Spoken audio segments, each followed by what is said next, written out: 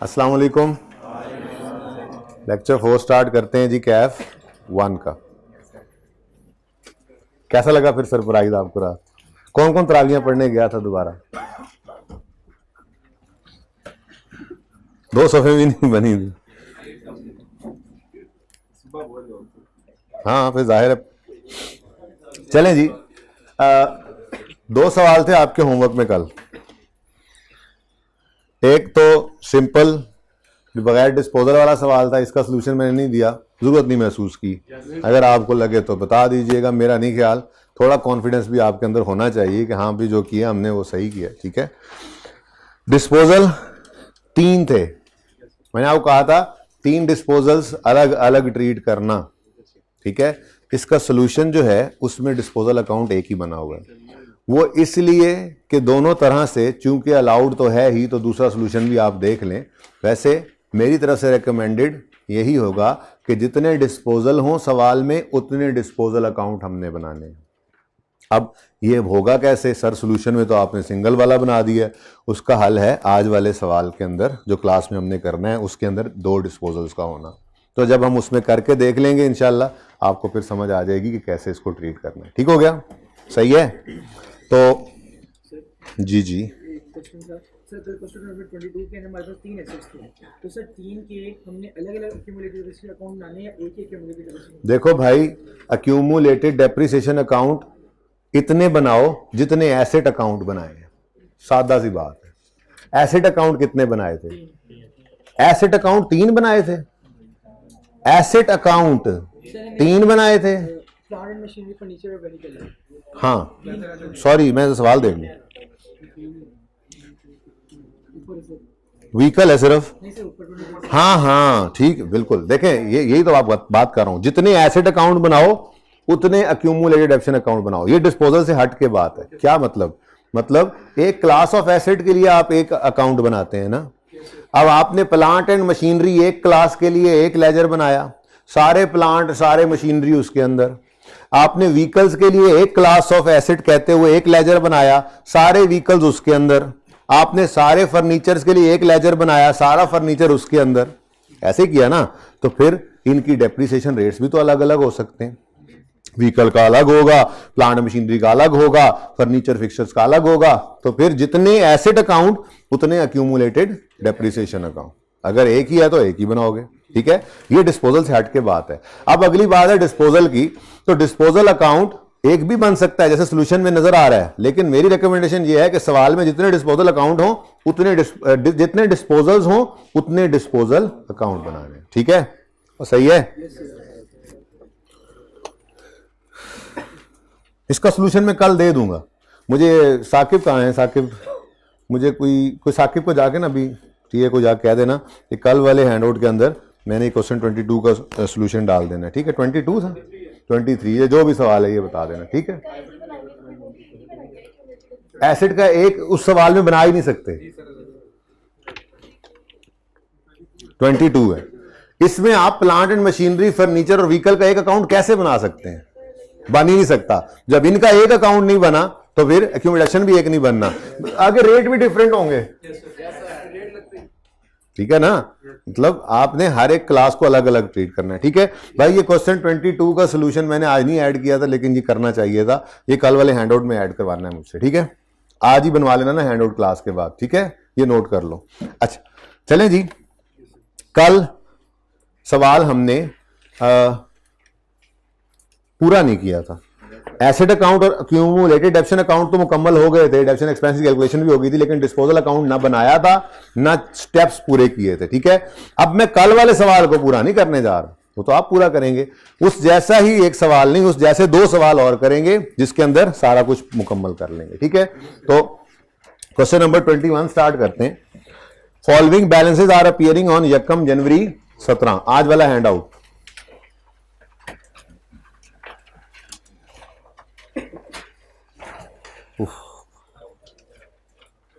होगी खड़खुड़ खत्म जी। 1 जनवरी 17 पर ये बैलेंसेस अपीयर हो रहे हैं। मतलब ये कौन से बैलेंसेस हैं? ओपनिंग। ठीक हो गया, एसेट अकाउंट और एक्यूमुलेटेड डेप्रिसिएशन अकाउंट। ये क्यूमुलेटेड डेप्शन अकाउंट देखते ही आपको फौरन क्या ख्याल आया? एसेट अकाउंट कॉस्ट पे है। बच्चों ये कोई आम बात नहीं है, ये बात जहन में लाना कोई आम बात नहीं है, बड़ी अहम बात है। देखो अब कल डिस्पोजल हमने स्टार्ट किया तो एसेट अकाउंट में से जाने वाले एसेट की कॉस्ट माइनस की, क्यों? पड़ी कॉस्ट थी। कैसे पता लगा? एसेट अकाउंट कॉस्ट पे बन रहा है, ठीक है ना। अभी जो यहां पे भाई बातें नहीं करो, मैं क्लास से निकाल दूंगा, ठीक है, मैं बता रहा हूं, इस बात की कोई माफी नहीं है, प्लीज। अच्छा अब देखा ना, मुझे रट्टा भूल गया। हाँ मैं कह रहा था परसों गालिबन हमने, या कल कासिम वाला सवाल कल किया था ना, जिसमें यहां ब्लू कलर से मैंने डेप्शन एक्सपेंस को एसेट अकाउंट में क्रेडिट करने वाली एंट्री सिखाई थी। तो मैंने क्या कहा था? एसेट अकाउंट बुक वैल्यू पे बन रहा है। अब जब 3-4-5 दिन बाद किसी दिन एसेट अकाउंट बुक वैल्यू पे बनाने वाले सवाल करेंगे ना, तो उस वक्त जब डिस्पोजल को ट्रीट करने चलेंगे तो एसेट अकाउंट में से एसेट की कॉस्ट नहीं निकालेंगे, बुक वैल्यू निकालेंगे। वजह पड़ी ही बुक वैल्यू होगी, एसेट अकाउंट में जो चीज पड़ी है वही निकालनी है ना, और ठीक है। तो इसलिए ये बड़ी अहम बात है कि आपके जहन के अंदर एक्यूमुलेशन देखते ही क्या आया? एसेट अकाउंट किस पे बन रहा है? कॉस्ट पे, ठीक है। कॉस्ट पे है तो एसेट की उसमें कॉस्ट पड़ी है, डिस्पोजल के वक्त कॉस्ट ही निकलती है, ठीक है ना। तो ये अहम बात होती है। बहरहाल ओपनिंग बैलेंसेस आ गए, उसके बाद क्या लिखता है जी? जरूरी नहीं है कि आपके एडिशन इस तरह से आए, जरूरी नहीं है आपके डिस्पोजल ऐसे लिस्ट में आए 4 चीजें लिखकर, बल्कि स्टेटमेंट फॉर्म के अंदर भी एडिशन डिस्पोजल हो सकते हैं, जैसे इस सवाल के अंदर, ठीक है। स्टेटमेंट से भी डाटा मतलब का निकालना हमें आना चाहिए, ठीक है। तो सिंपल है। Addition of 30,000 took place on 1 September 17, ये क्या है? सिंपल एडिशन है ये, ठीक है। Further an asset costing 25,000 which was purchased on 1 July 15 is disposed of on 30 September 17 for 3,000 only। Disposal है। डेट ऑफ परचेज भी गिवन, डेट ऑफ सेल भी गिवन, कॉस्ट भी गिवन, सेल प्रोसीड भी given, ठीक है। तो डिस्पोजल स्टेटमेंट फॉर्म में given है, कोई बात नहीं, हमें से क्या, ठीक है। Rate of depreciation 20% straight line है। एसेट अकाउंट बनाना है, एक्यूमुलेटेड डेप्रिसिएशन अकाउंट बनाना है और डिस्पोजल अकाउंट बनाना है, ठीक है।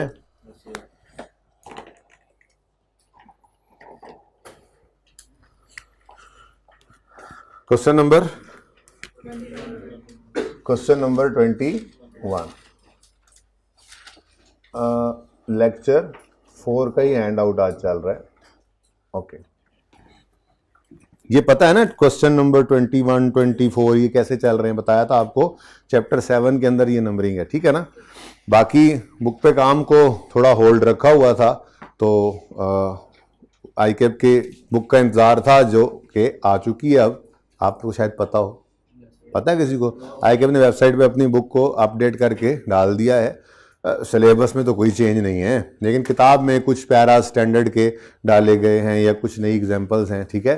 तो उस हिसाब से इंशाल्लाह अभी मैं इसके ऊपर वर्किंग करके फिर आप लोगों को बुक दूंगा। जब तक बुक नहीं आती, 15 दिन लगें, 20 दिन लगें, इसको छोड़ें आप, जब तक बुक नहीं आती तब तक आप लोगों को हैंडआउट्स मिलते रहेंगे। आपकी ज़रूरत बिल्कुल पूरी होती रहेगी। कोई क्वेश्चन है, कोई सोल्यूशन है, जो भी चीज़ ज़रूरत होगी आपको, वो आपको अवेलेबल होती रहेगी। इसलिए आपका इससे कोई कंसर्न नहीं होना चाहिए, ठीक है। तब तक इंशाल्लाह बुक को जो है वो सही तरीके से अपडेट करके फिर आपके साथ शेयर कर दूंगा मैं, ठीक है, कि कब तक आनी है, ओके। अच्छा जी, क्या बना रहे हैं हम? एसेट अकाउंट और अक्यूमुलेटेड डेप्रिसिएशन का अकाउंट।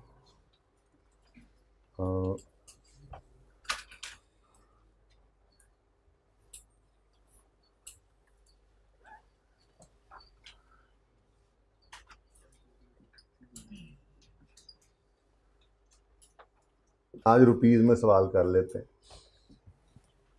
छोटी छोटी तो फिगर्स हैं।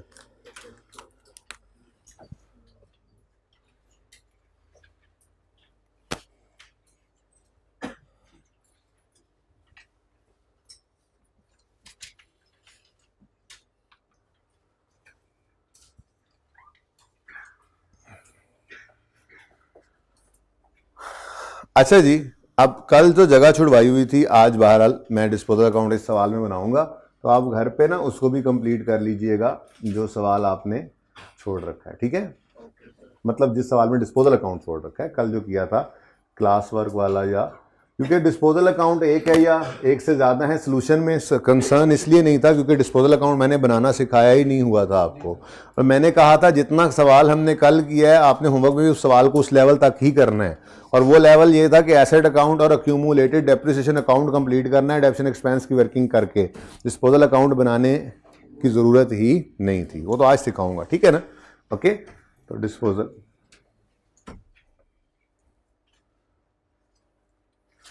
हो गया जी। ये 3 लेजर्स रिक्वायर्ड हैं और वर्किंग्स जैसे जैसे जरूरत पड़ती रहेंगी, ठीक है। करें शुरू सवाल, सारे चेक करने पड़ेंगे। चले, following balances are appearing on यकम जनवरी 17। एसेट का ओपनिंग 50,000, अक्यूमुलेटेड डेप्रिसिएशन का ओपनिंग 20,000। डेट स्टार्टिंग डेट क्या है साल की? 2000। ओपनिंग कॉस्ट 50,000 और यकम जनवरी, इधर भी रुपीज लिख लें। ओपनिंग अक्यूमुलेटेड डेप्रिसिएशन है 20,000।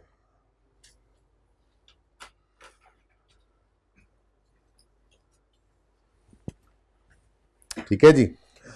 Next is addition. एडिशन है, देख लो। Addition of 30 took place on 1 September 17। Entry बोलो। एसेट डेबिट कैश, कितने से? 30,000 से। एसेट का अकाउंट डेबिट, कैश का अकाउंट क्रेडिट। एक तो एंड वालों की टेंशन ही पड़ी रहती है बंदे को। नजर आ रहा है? आखिरी रो सही नजर आ रहा है? आखिरी वाले भाई जी। एसेट डेबिट कैश क्रेडिट किस दिन? सितंबर, यकम सितंबर 2017। सिंपल एडिशन, खत्म कहानी। अब डिस्पोजल आ गया जी। डिस्पोजल के स्टेप्स हैं 1 बाय 1, उनको परफॉर्म करते हैं। लेकिन एक काम अब कर लिया करेंगे। आपको पता है डिस्पोजल है और एक्यूमुलेटेड डेप्रिसिएशन का अकाउंट भी मौजूद है, तो स्टेप 2 में एक्यूमुलेटेड डेप्रिसिएशन अकाउंट में से इस मरहूम एसेट, जाने वाले एसेट, डिस्पोजल वाले एसेट की सारी जिंदगी की एक्यूमुलेटेड डेप्रिसिएशन हमने डेबिट करनी होती है, निकालनी होती है। तो उस वक्त फिर स्टेप को रोक के ये काम करना पड़ता है, जरा फ्लो टूट जाता है। तो मैं फिर ये कह रहा हूं आपको कि अगर डिस्पोजल आए तो सबसे पहला काम ही क्या कर लिया करो? एक्यूमुलेटेड डेप्रिसिएशन ऑफ डिस्पोजल, वो जो वर्किंग कल आपको एंड पे सिखाई थी शॉर्टकट, वो आप पहले कर लिया करो, ठीक है। तो वर्किंग 1 हमारी हुआ करेगी एक्यूमुलेटेड डेप्रिसिएशन ऑफ डिस्पोजल।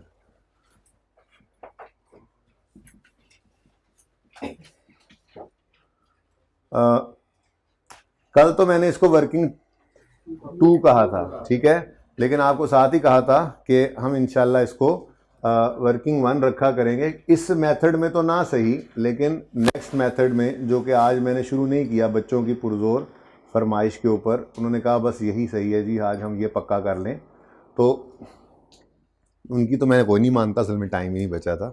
तो रिड्यूसिंग बैलेंस के 2-3 सवाल लिख के लाया था कि बेसिक वाले सवाल कर लेंगे अकाउंट बनाए बगैर, लेकिन वो इन्हीं को बस तसल्ली से करते रहे और ज़रा अच्छा ये रहा कि बच्चों का कॉन्फिडेंस इसमें बन गया, तो फिर मैंने वो नहीं शुरू किया, वक्त ख़त्म हो गया था, ठीक है। अच्छा, तो accumulated depreciation of disposal reducing balance method में जब जाएंगे ना, तो ये वर्किंग डेप्रिसिएशन एक्सपेंस की वर्किंग में भी हेल्प किया करेगी। तो इसीलिए मैंने कहा आज से तरतीब ये रख लें, पहले ये वर्किंग किया करेंगे, डेप्रिसिएशन एक्सपेंस एंड पे निकाला करेंगे, ठीक है, सही है। अब एक्यूमुलेटेड डेप्रिसिएशन ऑफ डिस्पोजल का फॉर्मूला है depreciation expense of 1 year into life past till disposal, ठीक है। तो डेप्रिसिएशन एक्सपेंस ऑफ 1 ईयर, 1 साल का डेप्रिसिएशन एक्सपेंस लें, into life passed till disposal से इसको मल्टीप्लाई कर दें, क्योंकि स्ट्रेट लाइन मेथड की खसूसियत ही यही पढ़ाई थी। भाई ये एंड पे नजर आ रहा है, ये लिखा हुआ, जरा फिर मेरे से सुन लो मैंने क्या बोला। एक्यूमुलेटेड एफिशिएंसी ऑफ डिस्पोजल हम निकाल रहे हैं depreciation expense of 1 year. Depreciation साथ साथ देख लिया करो ना, डेप्रिसिएशन एक्सपेंस ऑफ 1 ईयर निकालेंगे और उसको मल्टीप्लाई कर देंगे लाइफ या years passed till date of disposal, till disposal. क्योंकि स्ट्रेट लाइन की खुसूसियत ही यही है कि हर साल डेप्रिसिएशन बराबर होती है, तो 1 साल की डेप्रिसिएशन निकालेंगे और जितनी जिंदगी उस एसेट ने हमारे पास गुजारी उससे साथ उसको मल्टीप्लाई करेंगे, हमारे पास सारी जिंदगी की डेप्रिसिएशन आ जाएगी। ठीक है, सही है। चले तो ये काम कर लेते हैं पहले ही, फिर स्टेप्स की तरफ जाएंगे। तो हमने ये एसेट जो बेचा है इसकी कॉस्ट कितनी थी? 25,000। 25,000 कॉस्ट थी। स्ट्रेट लाइन मेथड है, रेट 20% है, तो 1 साल की डेप्रिसिएशन निकालने के लिए 25,000 इंटू 20% कर देंगे। देखें 5,000 लिखने की बजाय ये लिखने ज्यादा बेहतर है। फिर अगले स्टेप में 5,000 भी लिखने की जरूरत नहीं है, कैलकुलेटर पे ही 25,000 इंटू 0.2 इंटू ईयर्स लिखेंगे, जो आंसर आएगा आगे वही डायरेक्ट लिख देना है आपको। ठीक है ना, ऐसे टाइम भी जाया नहीं होता और एग्जामिनर को पता लग जाता है ना कि 5,000 को क्या, आप पहले बताओगे कैसे निकला है? 5,000 डायरेक्ट लिखोगे तो परेशान होगा, बेहतर है ये लिख दो और कैलकुलेटर पे ही बस इसका आंसर निकाल के एंड पे लिख लेना। ठीक है। अब लाइफ पास टिल डिस्पोजल, ये ज़बानी भी निकल सकती है, ज़बानी भी निकल सकती है, लेकिन हम लिख कर निकाल लिया करते हैं मुश्किल सवालों में। जो आज होमवर्क के अंदर मुश्किल क्या होनी है सवालों में, ईयर एंड कैलेंडर ईयर से हमारा फाइनेंशियल ईयर एंड हिल जाना है, यकम जुलाई से 30 जून, यकम सितंबर से यकम अक्टूबर से, इस तरह से साल शुरू हो रहा है, साल एंड हो रहा है, 31 दिसंबर के अलावा ईयर एंड आ रहा है, तो वो गलतियां फिर आपसे होने लग जाती हैं। तो इसीलिए आपको वो लिख के ईयर्स कैलकुलेट करना सिखाए हैं। बहरहाल ज़बानी भी हो सकता है यहाँ दिसंबर वाले साल में, तो बड़ा सिंपल है। यकम जुलाई 15 को एसेट खरीदा था, 31 दिसंबर ईयर एंड है, तो 31 दिसंबर 15 तक 6 महीने, 16 वाले साल में पूरा साल और सितंबर में 9 महीने, तो 6 और 9 हो गए 15, 1 साल पूरा, दूसरा साल भी पूरा और तीसरे साल के 3 महीने समझ लें, यानी कि 2 साल और 3 महीने 2.25 ईयर्स बनते हैं। लेकिन ऐसे ज़बानी ना करें, मैंने आपको सिखाया था कि आप ये काम करने के लिए लिख लिया करें डेट ऑफ परचेज और डेट ऑफ सेल। क्या है डेट ऑफ परचेज? यकम जुलाई 15। क्या है डेट ऑफ सेल? 30 सितंबर 17। क्या है ईयर एंड?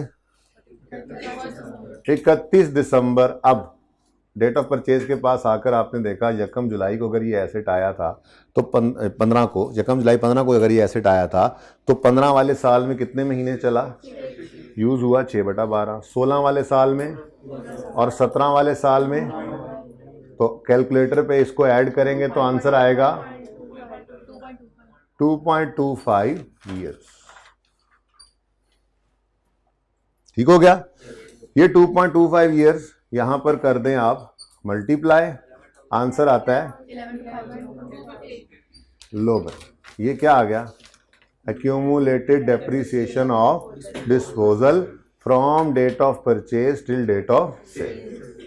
ठीक है जी, ये पहले इसलिए निकाल लिया ताकि आप स्टेप्स करते हो हमें यहां ब्रेक ना लगानी पड़े। ठीक हो गया? यहां तक कोई मसला है तो बताएं। ठीक है, चलो अब निकले तो थे डिस्पोजल को रिकॉर्ड करने, तो डिस्पोजल के लिए तो आपको मैंने स्टेप्स लिखवाए थे, 2 लिखवा दिए थे, तीसरा चौथा आज लिखवाऊंगा। ठीक है, तो स्टेप 1 डिस्पोजल का, we will credit the asset account with cost of asset disposed of. Urdu में, पंजाबी में, सराइकी में, पश्तो में, बरोही में, कैसे भी बोलो, बोलना जरूर है, उस स्टेप को पता होना चाहिए। लिखवाया तो मैंने अंग्रेजी में था। ठीक है जी, तो जो एसेट बेचा है उसकी कॉस्ट कितनी है? 25। अब चूंकि एसेट अकाउंट कॉस्ट पे बन रहा है तो 25,000 की कॉस्ट ही इसमें पड़ी हुई है, तो निकालेंगे भी यही कॉस्ट। ठीक है, तो step 1 we will credit the asset account with cost of asset disposed of. अब ये 25,000 एसेट अकाउंट में से हमने निकाल दिया, निकाल के फेंक देना है डिस्पोजल अकाउंट में। ये नई चीज है, सर तवज्जो करें, नोट ना करें साथ साथ। फिर बहुत टाइम है, एक ये सवाल करना है, एक अगला करना है, तसल्ली से, कोई जल्दी नहीं है हमें।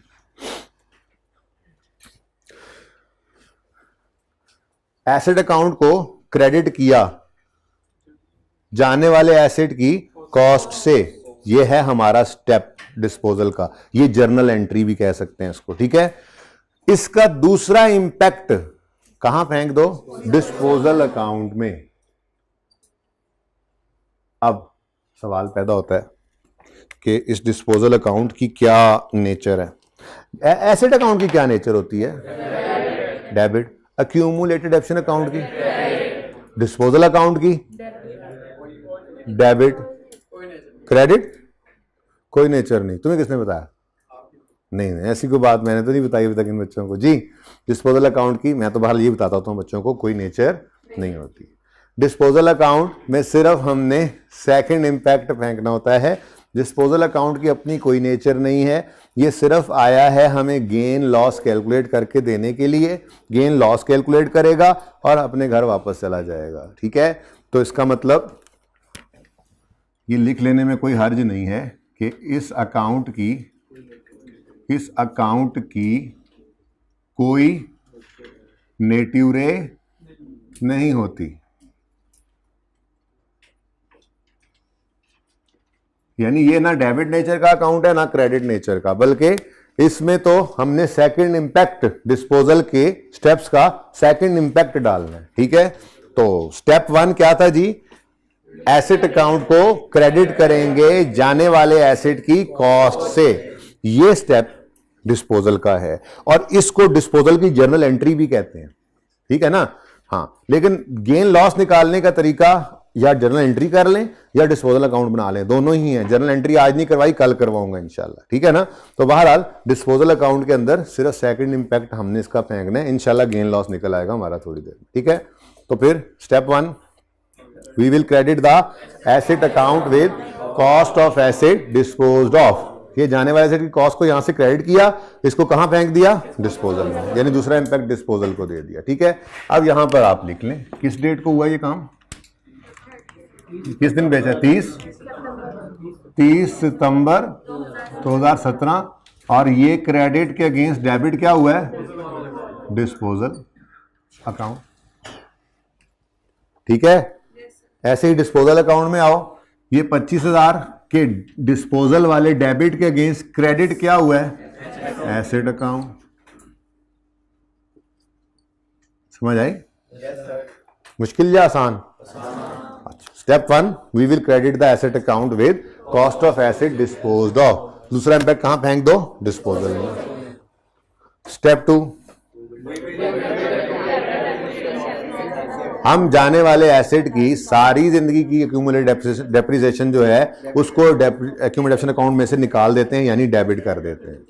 एक्यूमुलेशन अकाउंट की नेचर क्रेडिट है ना, तो वहां से कुछ निकालने के लिए डेबिट ही करना पड़ेगा ना, ठीक है ना। इसलिए कल ये तो कल बता दिया था, ठीक है।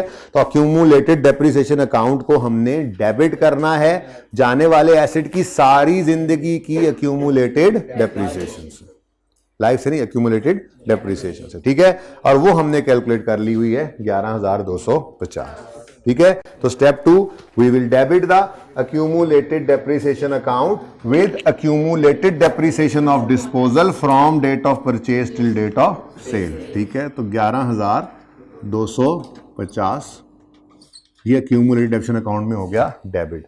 ये हमारा स्टेप है डिस्पोजल का दूसरा। लेकिन क्योंकि डिस्पोजल अकाउंट बनाना है तो फिर इस डेबिट का दूसरा इंपैक्ट किधर फेंक दें, तो डिस्पोजल अकाउंट को क्या कर दें, इस डेबिट के अगेंस्ट इसको क्रेडिट कर दें। अब यहाँ पे लिख लें अंग्रेजी 30/9/17, इस क्रेडिट के अगेंस्ट डेबिट क्या चीज हुई पड़ी है, यही तरीका होता है ना लेजर को पढ़ने का। इस डेबिट के अगेंस्ट क्रेडिट क्या हुआ पड़ा है, डिस्पोजल। लेकिन ये हमने एक वर्किंग में कैलकुलेट किया, फिगर बता दो 30/9/17, ठीक है। तो स्टेप्स ये पड़े हैं। Step 1,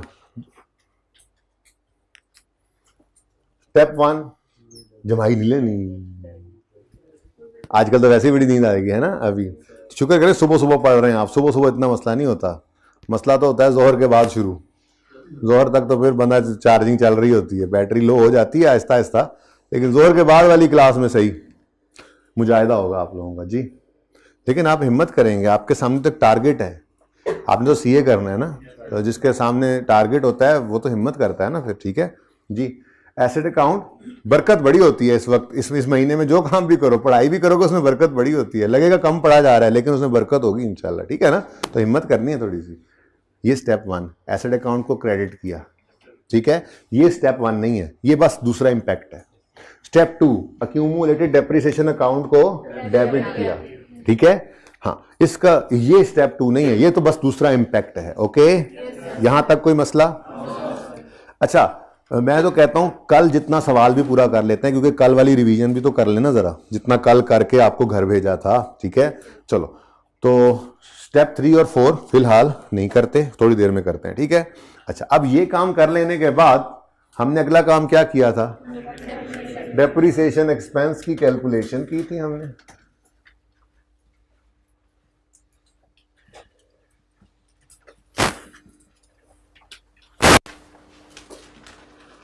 for the year ended 31 दिसंबर 17। आपको याद होगा कल यहां पर आया था on opening assets excluding disposals. Excluding, ये नई चीज आई थी कल, जिसको कल मैंने रेड कलर के साथ लिखा था, ऐसा ही है। तो ये on opening assets excluding disposals, ये डेप्रिसिएशन यहां पे ओपनिंग एसेट्स की आ जाएगी। उसके बाद आया था ऑन एडिशन, उसी तरह से पुराने वाला, और उसके बाद ऑन डिस्पोजल्स। याद आ रहा है वर्किंग का फॉर्म? तो ये कभी भी नहीं बदलेंगे, ये ऐसे ही रहने देंगे, चाहे मेथड जोन सा मर्जी होता रहे। ठीक है ना, ये सारी चीजें ऐसे ही रहेंगी इंशाल्लाह। तो अब जब डिस्पोजल आ गया था तो ब्लू वाले फॉर्मूला को मैंने कैसे चेंज करवाया था?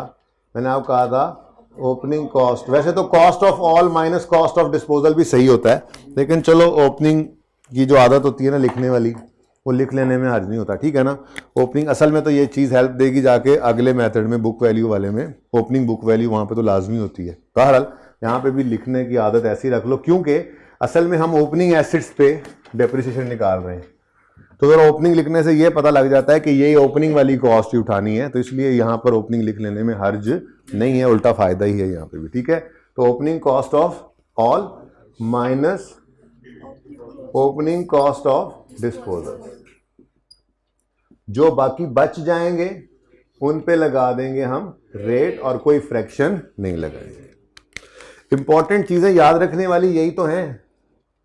यहां पर opening cost of all, cost of all में से कॉस्ट ऑफ डिस्पोजल को माइनस किया जा रहा है। कल कलां जब मेथड बदलेगा तो यहां पे रिड्यूसिंग बैलेंस मेथड आएगा, तो बुक वैल्यू ऑफ ऑल में से बुक वैल्यू ऑफ डिस्पोजल निकाल लेंगे। लाइक विद लाइक को ही करते हैं ना। बहरहाल छोड़ें, अभी तो वो आया ही नहीं है, उसकी तो बस वैसे ही जबानी तैयारी कर रहे हैं। ठीक है जी, तो opening cost of all assets ढूंढनी हो तो सवाल में जाएंगे या सोल्यूशन में लेजर देखेंगे? सोल्यूशन में आए, लेजर देखें। ये ओपनिंग डेट है हमारे साल की, ये ओपनिंग बैलेंस है, अमाउंट 50,000 है, तो ओपनिंग कॉस्ट ऑफ ऑल कितनी अवेलेबल है सवाल में? 50,000। तो 50,000 ओपनिंग कॉस्ट ऑफ ऑल आ गई, माइनस जाने वाला एसेट जो है उसकी कॉस्ट कितनी है? 25,000। ठीक हो गया जी। Rate of depreciation, answer 5,000। ठीक हो गया। उसके बाद ऑन एडिशन, कितने एडिशन हैं? एक ही एडिशन है, कॉस्ट है इसकी। अच्छा देखो, अगर रेजुअल वैल्यू सवाल में होती ही ना तो हर जगह माइनस होती डेप्रिसिएशन निकालते हुए। जैसे 50 में से 25 माइनस हो गया तो बाकी कितना बचा? 25। उस 25 की जो रेजुअल वैल्यू होती वो माइनस करके रेट लगता।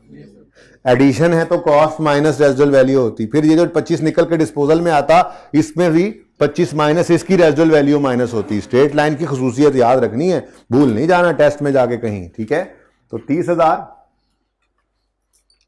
कॉस्ट ऑफ एसेट है, बोलो। रेजिडुअल वैल्यू चूंकि नहीं है इसलिए मैं लिख नहीं रहा -0, ओके।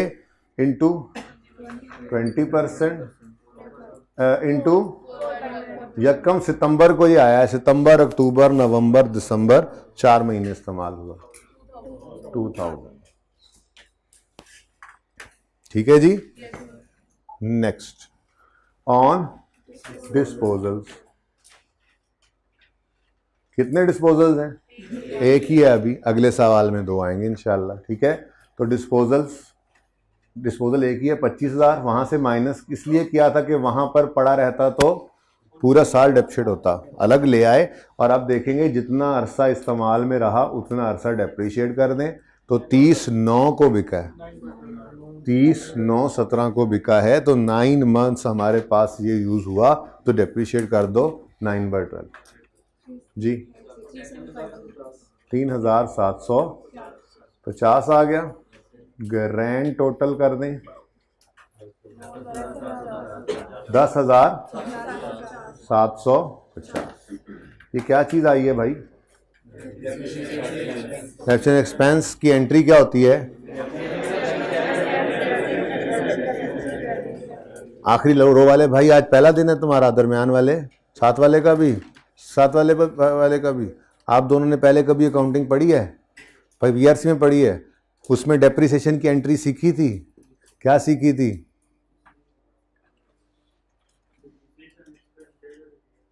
तो ये वाली एंट्री बोलते हुए क्या डेथ पड़ती थी?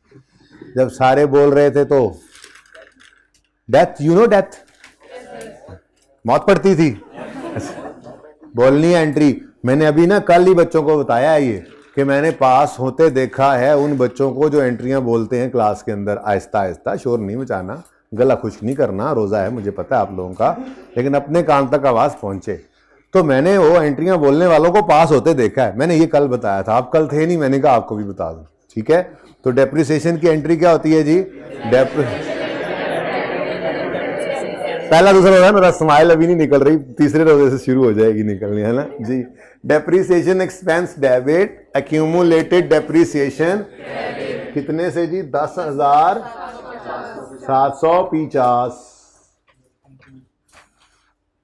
जी। वर्किंग ट्यूब, रहने दे भाई तू।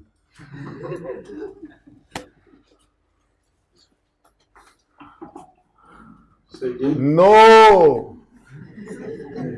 नो, बैलेंस कर लूं पहले, 1 मिनट दे दो मुझे, बैलेंस कर लूं फिर सवाल लेता हूं जी। सवाल, साल खत्म हुआ 31 नवंबर 17, क्लोजिंग बैलेंस एसेट का 55,000 और क्लोजिंग बैलेंस अक्यूमुलेटेड डेप्रिसिएशन का, ये कल जितना सवाल पूरा हो गया, इस जितना ही सवाल कल करवाया था, ठीक है। इस सवाल में एक भाई को मसला आया जी, बोलें सवाल। हाइब्रिड जी, ये एक्यूमुलेटेड डेप्रिसिएशन ऑफ डिस्पोजल जो है, इसमें पूरी लाइफ उसकी डेप्रिशिएट हो गई है, जो आखिरी 9 महीने है वो भी हो गई, तो फिर इधर से दोबारा डेप्रिसिएशन एक्सपेंस में। हाँ, कल वाली क्लास ली थी पहले, हाँ ना बोलो। कल वाली क्लास में मैंने इसीलिए ये वर्किंग पहले की थी, क्योंकि मैंने आपको ये समझाना था। अगर मैं डायरेक्ट बात करता ना तो ऐसे ही होता जैसे ऊंट को रिक्शे में बिठाना मुश्किल है, आपको ये बात समझाना मुश्किल हो जाती, लेकिन बैठ जाता है। अच्छा, मुश्किल तो होती है ना, तो आपको भी समझ आ जाती है। अच्छा, तो भाई मैं ये कह रहा था, भाई हाइब्रिड वाले भाई, कि कल इसीलिए ये वर्किंग पहले करवाई थी कि आपको ये बताना चाह रहा था कि हमने इस जाने वाले एसेट की सारी जिंदगी की डेप्रिसिएशन यहां से डेबिट करनी होती है। डेबिट यहां से सारी जिंदगी की करनी है, तो पहले क्रेडिट सारी जिंदगी की होगी, तो फिर डेबिट सारी जिंदगी की होगी ना। अब ओपनिंग बैलेंस में तो 1 जनवरी 17 तक की डेप्रिसिएशन पड़ी होगी इसकी। इस साल में जो 9 महीने इस्तेमाल हुआ वो डेप्रिसिएशन भी तो इस अकाउंट में क्रेडिट होगी, तभी पूरी जिंदगी की डेबिट हो सकती है ना। तो यहां पर इस 10,750 के अंदर ये 3750 भी शामिल हुआ। अब इस एसेट की यहां तक की डेप्रिसिएशन, यकम जनवरी तक की डेप्रिसिएशन इधर पड़ी थी, अगले इस साल वाले 9 महीनों की डेप्रिसिएशन इधर आ गई, तो सारी जिंदगी की डेप्रिसिएशन यहां पे क्रेडिट हो गई, इकट्ठी हो गई। अब हमने इसको क्या कर दिया, यहां से डेबिट कर दिया। ठीक है, हाइब्रिड वाले भाई हाँ ना करो, माइक ऑन करके करो। जी सर। समझ आ गई है? जी। ये आप क्यों बता रहे हैं? अच्छा भाई खड़े में, भाई खड़े क्यों, नींद आई हुई है आपको? ओह माय गॉड, ये देखो ये जज्बा होता है। ऑनलाइन में भी जिसको नींद आ रही है खड़ा हो जाए, खड़ा हो गए पड़े। घर में पूछे क्या हुआ, सर ने कहा खड़े होकर पड़ेगा, नींद आ रही, तो ये जज्बा होता है। ये पास करवाने में जज्बा होता है। जी बच्चों सही है यहां तक? ये कल तक का सवाल था। ओके चल, गर्ल्स हाइब्रिड मौजूद है, वहां पे जाके आप खड़े हो सकते हैं अगर चाहें तो, किसी को हो ये जज्बा। ठीक है ओके। अच्छा जी, अब सवाल तो पूरा हो गया, अब डिस्पोजल का काउंट पूरा करते हैं। बेसिकली 2 स्टेप्स रहते थे, उनकी तरफ आते हैं। ठीक है, तो स्टेप 3 लिखना है, जरा स्टेप्स वाली जगह पे वापस आए जहां कल लिख रहे थे। Step 3 is the toughest and longest step. लिखें स्टेप 3 लिखें। छुरियां कांटे तेज कर रहे हो स्टेप 3 लिखने के लिए? जी मैं इंतजार में हूं आपके।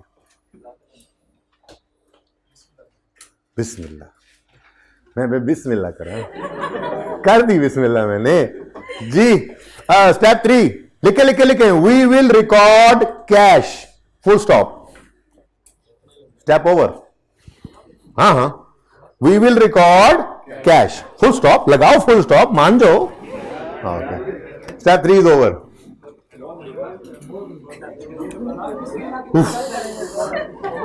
बिस्मिल्लाह की बरकत थी।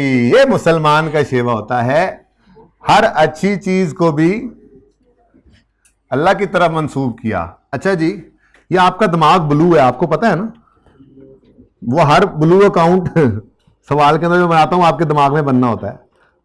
ओके, याद है कैश का अकाउंट बनाया था कल के परसों, जब डिस्पोजल की एडिशन की एंट्री की थी, तो मैंने कहा था बाकी तो कुछ पता होता कोई नहीं है कि ब्रॉड डाउन क्या है, क्या क्या डेबिट हुआ, क्या क्या क्रेडिट्स हुए, और कितना क्लोजिंग है, और ना ही ये रिक्वायर्ड है ये अकाउंट बनाना।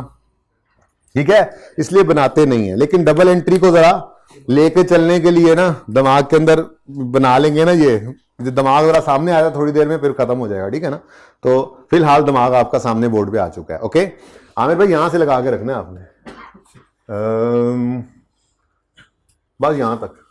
अच्छा, वापस आए स्टेप 1 पे, सुकून से, कोई जल्दी, मुझे जल्दी आई कोई नहीं, सुकून से। आपको है जल्दी? नहीं।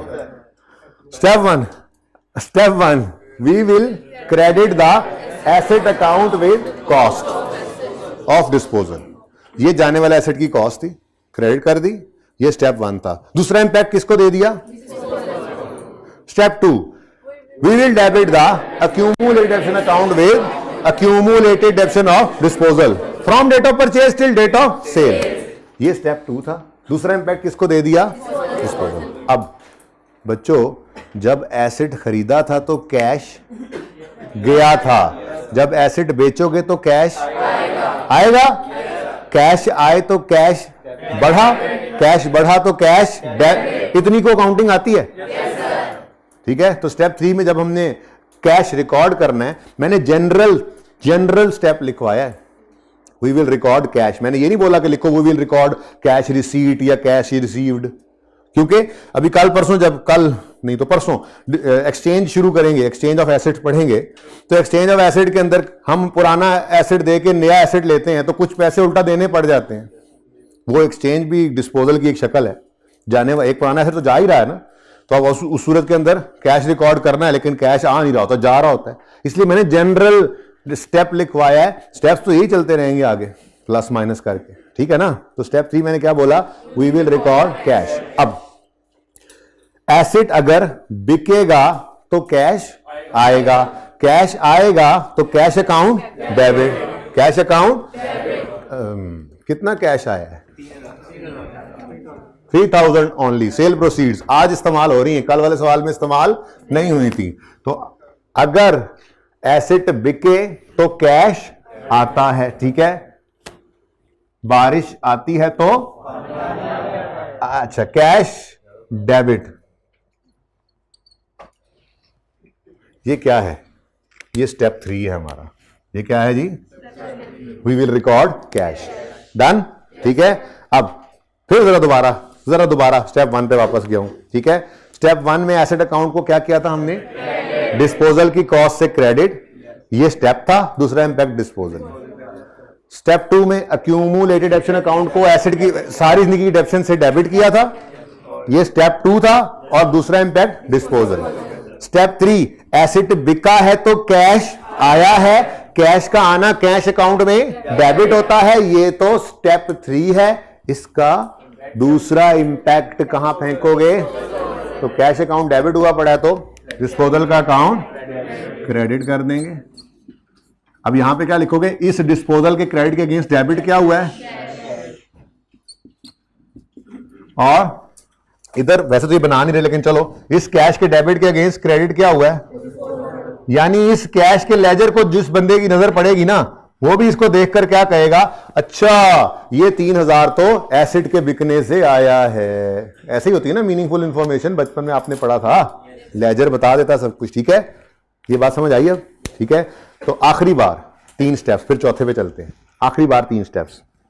स्टेप 1 डिस्पोजल की कॉस्ट को एसेट अकाउंट में से निकालने के लिए क्रेडिट करो, ये स्टेप 1 है। दूसरा इंपैक्ट डिस्पोजल। अक्यूमुलेटेड डेप्शन अकाउंट में से जाने वाले एसेट की सारी जिंदगी डेप्शन को डेबिट करो, ये स्टेप 2 है। इंपैक्ट दूसरा डिस्पोजल। स्टेप 3 जाने वाला एसेट बिका है तो कैश देकर गया, कैश आया, कैश आने पे कैश अकाउंट डेबिट, ये स्टेप 3 है। दूसरा इंपैक्ट इसका डिस्पोजल। तो मैंने नंबरिंग देखो 1 2 3 इसके साथ लगाई है, इधर कोई नंबरिंग नहीं लगाई है, ठीक हो गया। अगली बात बताऊं, ये जो स्टेप्स है ना, दरअसल ये हमारी जर्नल एंट्री है डिस्पोजल की। जर्नल एंट्री करते हैं ना, एसेट अकाउंट क्रेडिट साइड पे लिखा होगा, अक्यूमुलेशन अकाउंट डेबिट साइड पे लिखा होगा, उसमें कैश डेबिट साइड पे लिखा होगा, और बैलेंसिंग फिगर अभी जो चौथा स्टेप निकालने लगा हूं, ये जर्नल एंट्री पूरी हो जाएगी। तो बेसिकली जो स्टेप्स हैं वो हमारी जर्नल एंट्री भी है, लेकिन करेंगे कल इंशाल्लाह, आज नहीं, ठीक है ना। तो ज़हनी तौर पे तैयार होते हैं अगले काम के लिए, हम करते तो बाद में ही है। ओके, तो 3 स्टेप्स हो गए। 3 स्टेप्स में कोई मसला है तो बताएं। ये अकाउंट बनना शनना कोई नहीं है, ठीक है ना। ये अकाउंट हमने कोई नहीं बनाना है, तो मैंने सिर्फ आप लोगों के लिए बनाया है ताकि आपको ये डबल एंट्री नजर आ जाए। ओके, ठीक है। अच्छा जी, स्टेप 4 लिखें।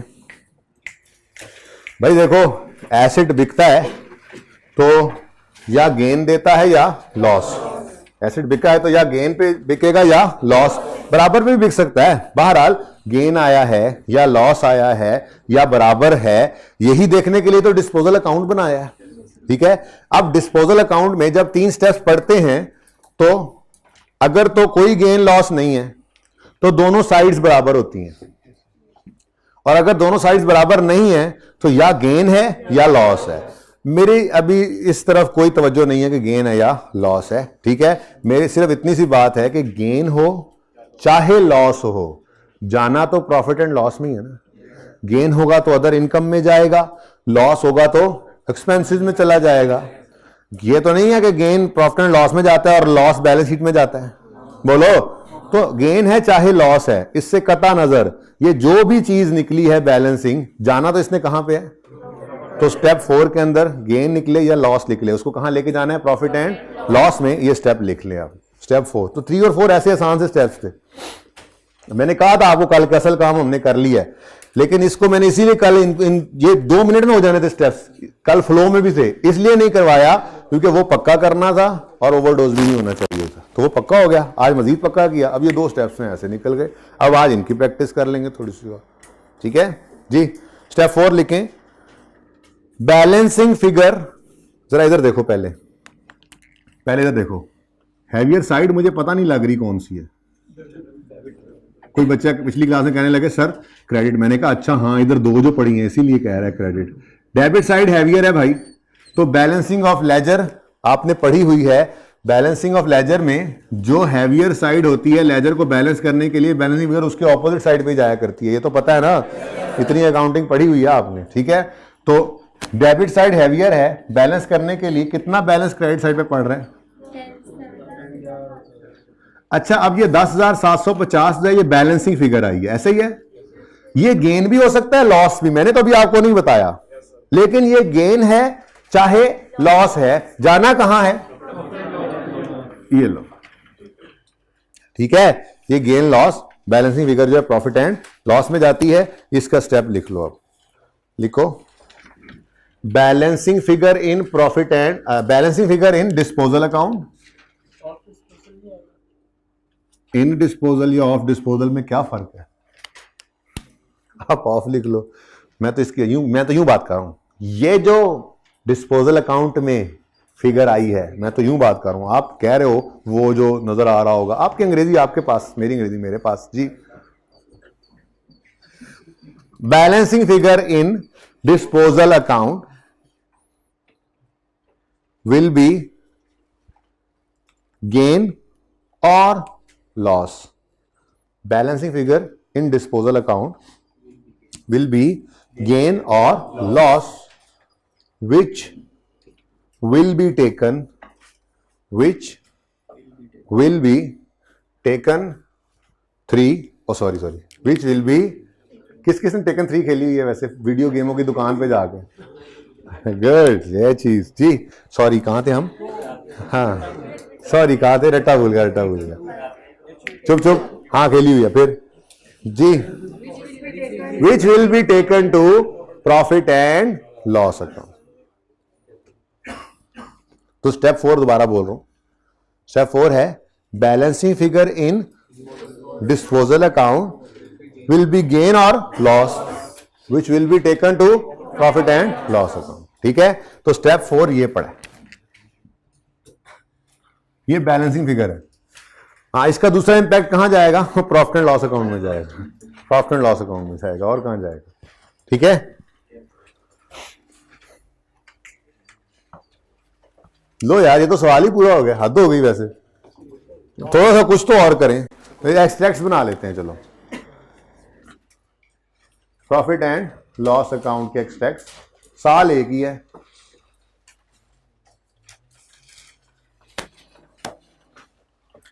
दो 2017 है ना। प्रॉफिट एंड लॉस अकाउंट के अंदर एक तो हमेशा की तरह डेप्रीसिएशन एक्सपेंस आपको नजर आ रहा है 10,750। माइनस करना है तो कर लो, फर्क नहीं पड़ता, उधर लिखा तो हुआ एक्सपेंस, ठीक है बच्चों। उसके बाद बैलेंस शीट है, और बैलेंस शीट के अंदर नॉन करंट एसेट्स में एसेट का क्लोजिंग आता है और अक्यूमुलेटेड डेप्रीसिएशन का क्लोजिंग आता है। अभी तक तो हम ये फेस पे ही कर रहे हैं। इन दोनों को नेट करने से बुक वैल्यू आ जाया करती है। तो एसेट का क्लोजिंग 55,000 और अक्यूमुलेटेड डेप्रीसिएशन का क्लोजिंग 19,500। ये एज ऑन वाली फिगर उठानी है, ये फॉर द ईयर फिगर उठानी होती है, ठीक है। बुक वैल्यू, हाँ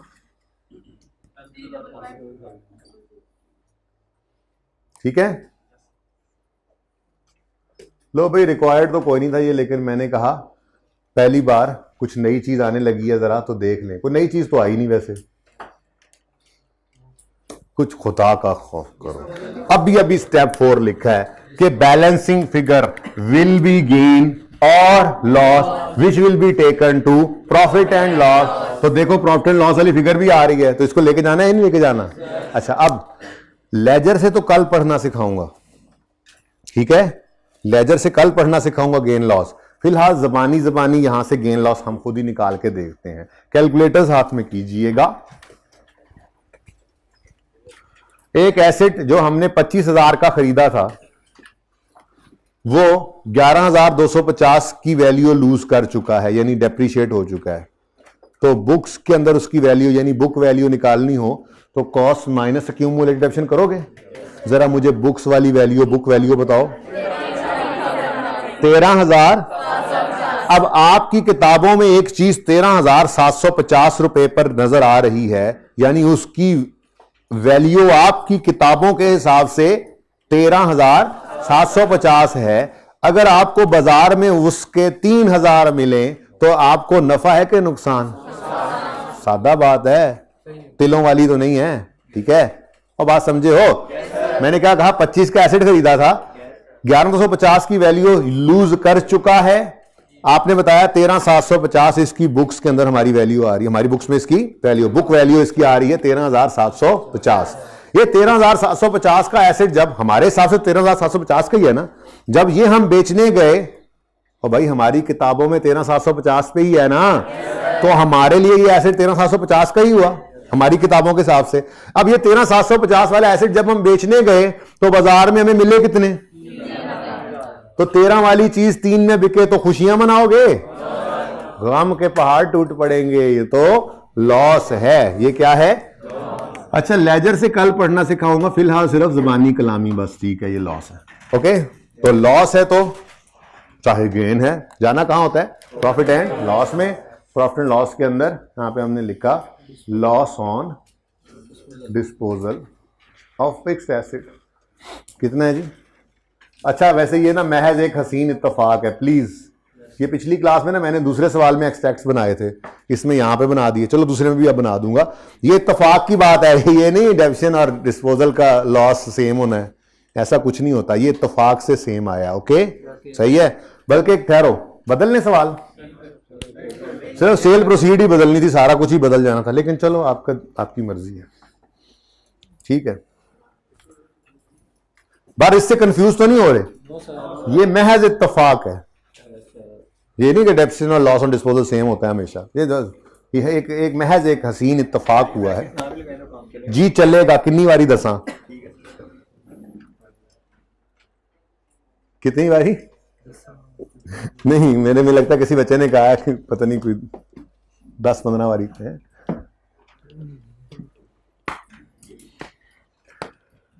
हाँ जी भाई, हाइब्रिड वालों, अगर किसी ने पिक्चर लेनी है तो ले लीजिए, क्योंकि अब वो वहां से कैमरा हट के इधर आ जाएगा। मिटेगा तो थोड़ी देर बाद, लेकिन कैमरा हट जाएगा वहां से।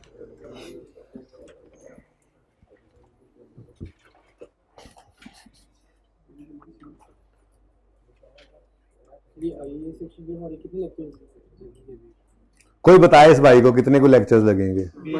20 से। सबको पता है यार, बस मुझे और आपको ही नहीं पता। हैदर को बहुत नहीं, पहले दिन बताया था तकरीबन 20-22 लेक्चर्स लगेंगे, लेकिन इसकी वेटेज मैंने बता दी थी। 15-20 नंबर का क्वेश्चन तो कह सकते हो ना कि अकेला इसका ही आता है, लेकिन हर टॉपिक में ये साथ ही आता है। तो मैं तो इसको 30 से भी ज्यादा वेटेज देता हूं और आ भी जाती है। हर सवाल में तो इसकी एडजस्टमेंट घुसी होती है, तो ये सही नहीं होगा तो कुछ भी सही नहीं होगा। फिर ये पहले दिन सारा मैंने लैला मजनू सुनाई थी तुम्हें। अच्छा जी,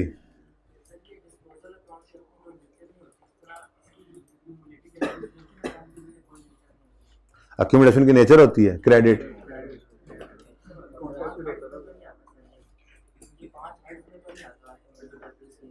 पांच हेड्स में ही है, छुपा हुआ है। एसेट का दुश्मन कॉन्ट्रा एसेट है। सेल रिटर्न भी तो 5 हेड्स में नहीं आता, वो क्या है? Contra cell. परचेज रिटर्न भी तो नहीं नजर आता, वो क्या है? Contra purchase. ड्राइंग्स भी तो नजर नहीं आता, 5 हेड्स में तो नजर नहीं आता। 5 हेड्स में तो एसेट, लायबिलिटी, इनकम, एक्सपेंस और कैपिटल। ड्राइंग्स कहां होती हैं? कैपिटल में छुपी पड़ी होती हैं, कॉन्ट्रा कैपिटल।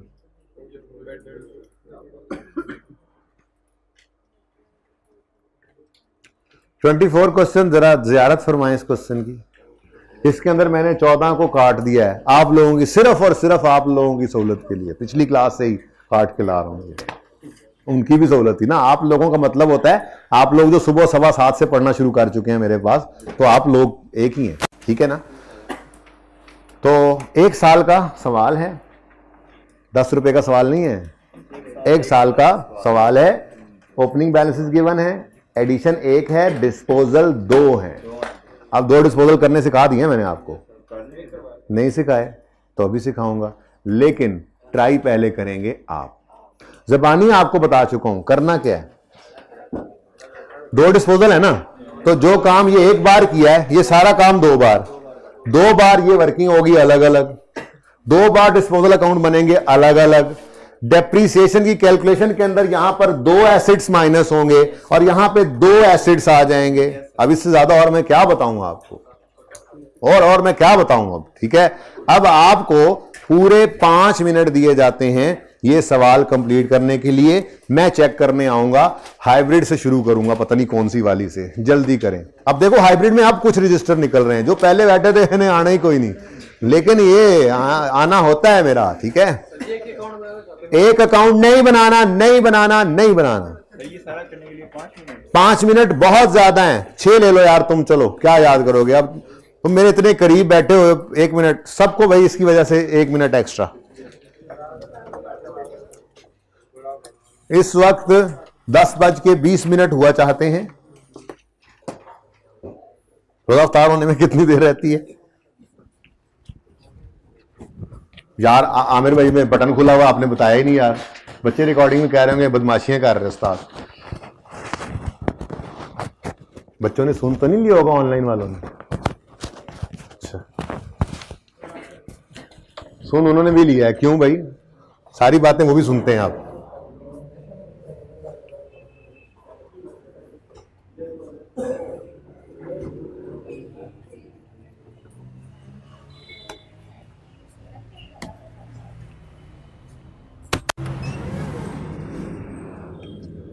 सरप्राइज, सवाल सामने हो, सवाल इतना खूबसूरत लेजर हमने तो ऐसे नहीं बनाया था। इतनी लाइनें लगाने का टाइम होता है पर्चे के अंदर? तो छोड़ दो फिर अब लगाना ये लाइनें, एक लाइन दरमियान में लगाओ बस। वक्त बचाइए अपने लिए, कौम के लिए।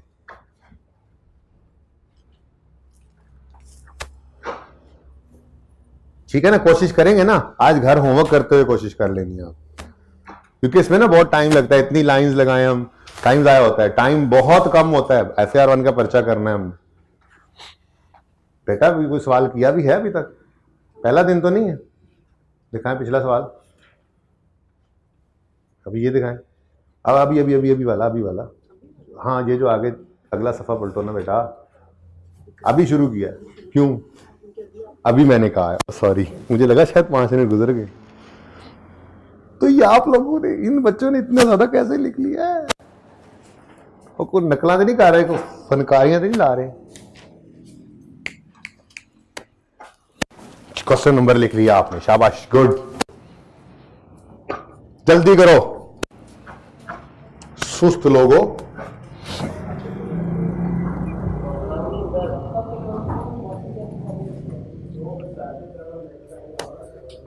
सलमान साहब जोहर के बाद हम मिलेंगे इंशाल्लाह। कहां है तुम्हारा रजिस्टर? चलो लेके आओ। शाबाश, मुझे ना देखो, अपना काम जारी रखो।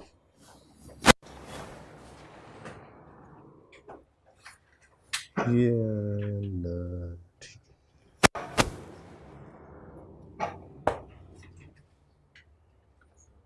वालेकुम अस्सलाम। रजिस्टर नहीं है तुम्हारे पास? पहला दिन है, अभी क्यों आए हो? ये टाइम है आने का? बाल खराब करूं फिर तुम्हारे में? रजिस्टर निकालो, जल्दी करो।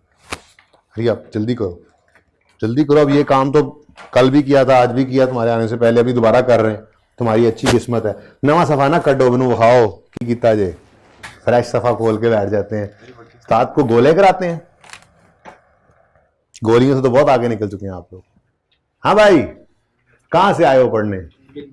गिलगित से पढ़ने आए हो ना? अगर नहीं पढ़ोगे तो उल्टा लटका दूंगा। उससे दूर तो पाकिस्तान में अब जगह है कोई नहीं, और तुम वहां से आके ना पढ़ो।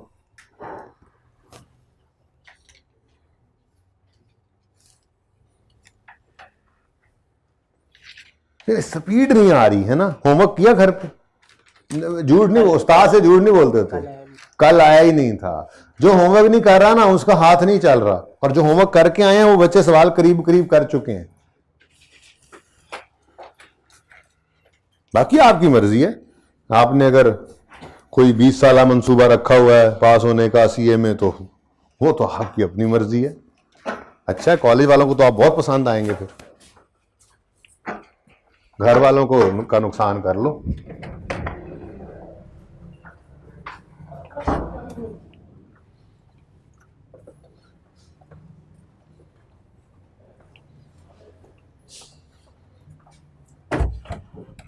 कितना टाइम हो गया है, लो 4 मिनट गुजर भी चुके, अभी तक तुमने कुछ भी नहीं किया। तुम कहां से पढ़ने आए? वालेकुम सलाम। कहां से आए हो? मर्दान से। पैदल चले थे, 3 दिन लग गए, क्यों फिर लेट आए हो? ये अच्छा तमाशा है। अभी आगे ईद आ रही है ना, 2 दिन पहले जाना, 3 दिन बाद आना, क्या ख्याल है? फिर बड़ी ईद भी इसी सेशन में आ रही है, उसमें 3 दिन पहले जाना, 2 दिन बाद आना, फिर अगली बार इसी क्लास में बैठ जाना। वो अगली अटेम्प्ट में कोई नहीं होने पर्चे, ओ छुट्टियां नहीं होनी। ऐसे करोगे? पढ़ोगे ना? देख लो, मायूस नहीं करना तुमने। भाई पढ़ोगे ना? अच्छे बच्चे बनोगे ना? इतने दूर से कुर्बानी करके आए हो यार आप लोग। हाँ, बड़ा कैलकुलेटर से छुपा के रखा हुआ है तुमने, हैं? भाई जल्दी करो भाई।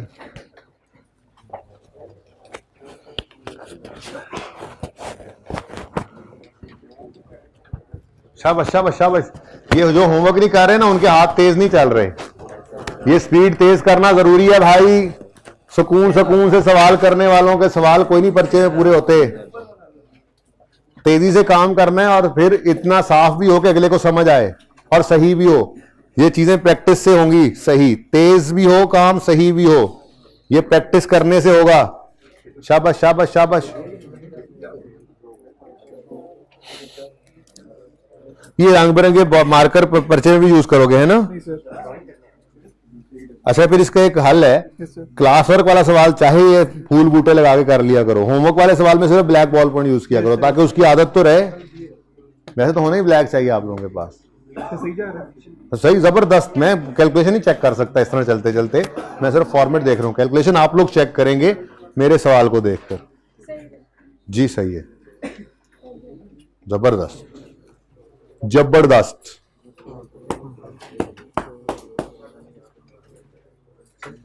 स्टूडेंट, मुझे क्या पता, मुझे क्या पता, मैं सवाल कर रहा हूं। करना है कर लो, नहीं करना ना करो। डिस्पोजल 1 2, सिर्फ डिस्पोजल भी 2 बार लिख लोगे तो कोई मसला नहीं।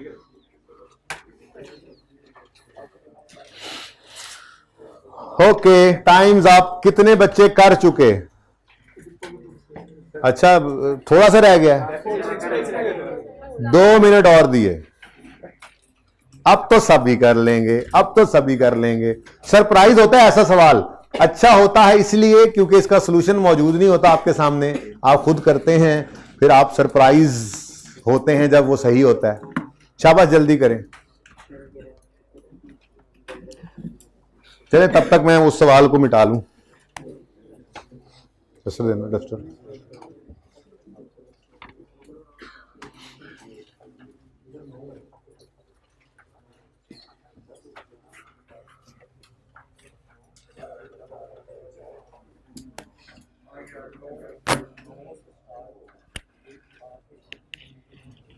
ये जो आप बच्चे बोल रहे हैं, ये बच्चों को थोड़ी सी गुंजाइश मैंने बोलने की दी हुई है। इसका मतलब ये कभी ना ले लेना कि जब पढ़ाना शुरू कर देता हूं उस वक्त जो बोलते हैं उनको माफी मिलेगी। वो तो सीधे बाहर का वीजा लगता है उनका। ये तो इसलिए मैं थोड़ी गुंजाइश दे देता हूं कि इस वक्त बच्चे थोड़ा सा डिस्कस कर रहे होते हैं, कोई एक पॉइंट किसी को समझ नहीं आया है, चलो थोड़ी हेल्प कर रहे हैं, तो हल्की फुल्की, लेकिन शोर फिर भी ना हो, सरगोशियों की तरह से ये काम चलाया करें। बट कोई गलत फहमी का शिकार ना हो कि सर ने छुट्टी दे दिया जी क्लास में बोलने की, वो रिस्क मत लेना।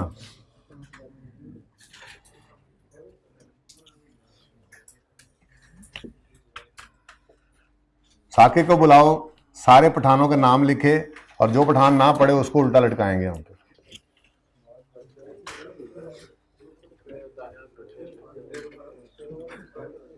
हैदर को भी हम इस्तेमाल कर सकते हैं। मर्दान वाले से मर्दान वाले को जरा ना थोड़ी सुधा दिलवाते हैं। ठहर भाई, देखो घर वालों ने बड़ी कुर्बानी की, अब तो आप लोग भी कर रहे हैं। इस वक्त रमजान का महीना है और आप हॉस्टल वाले तो खास तौर पे घरों से दूर हैं, तंग हैं, तो उस टाइम को पूरा कैपिटलाइज करना है आपने। एक एक लम्हा कैपिटलाइज होना चाहिए। ये थोड़ी कुर्बानी नहीं है, घर वालों से दूर, रमजान का महीना, कुर्बानी है तो फिर उस कुर्बानी को कैपिटलाइज पूरा करना है। फिर अब ये ना हो कि फिर बाद में ये दुख आए आपके दिल में कि घर होते कम से कम रोजे तो अच्छे रख लेते। ये नहीं होना चाहिए, ठीक है। तो जिन्होंने यहाँ पे रुक कर ये कुर्बानी की है, इसको कैपिटलाइज करना है आप लोगों ने, ठीक है बच्चों। और प्लीज जितनी छुट्टियां दी जाया करें वही छुट्टियां लिया करें, छुट्टी के साथ छुट्टी मत मिलाया करें। फेल होने वालों की निशानी है ये। बच्चों 2 मिनट भी गुजर गए अब तो। Okay, very good. मेरा भी सवाल हो गया, बस मैंने जवाब ही लिखना है। दिखाए ना आमिर भाई जरा इनको, सवाल मैंने सॉल्व कर लिया सारा।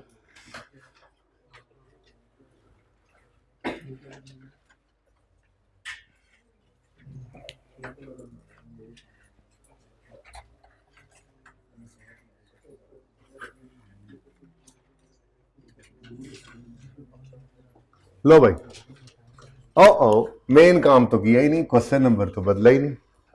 चले, अब कितने बच्चे कर चुके हैं? नहीं बस, अच्छा चले 1 मिनट और देता हूं। आप सब कर लो, मुझे खुशी होगी आप सब करके फिर जब चेक करेंगे तो आपका वो 70-80% भी ठीक हो गया, आपको कॉन्फिडेंस मिलेगा, मुझे खुशी होगी उस बात से, ठीक है ना। ये अनसीन एलिमेंट तेजी से तिर करना, शाबाश शाबाश शाबाश। एक्सट्रैक्ट बनाओ।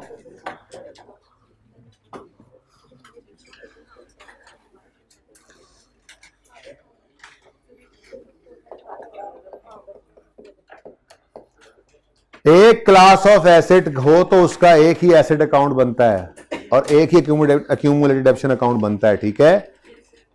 हाँ, डिस्पोजल जितने हैं उतने अकाउंट बनाओ।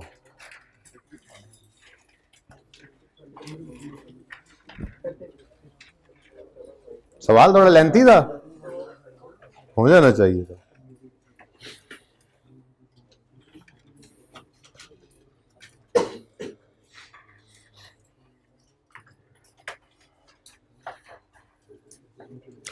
चलो जी, अब मेरे ख्याल में बस कर दे, अब मिलके कर लेते हैं।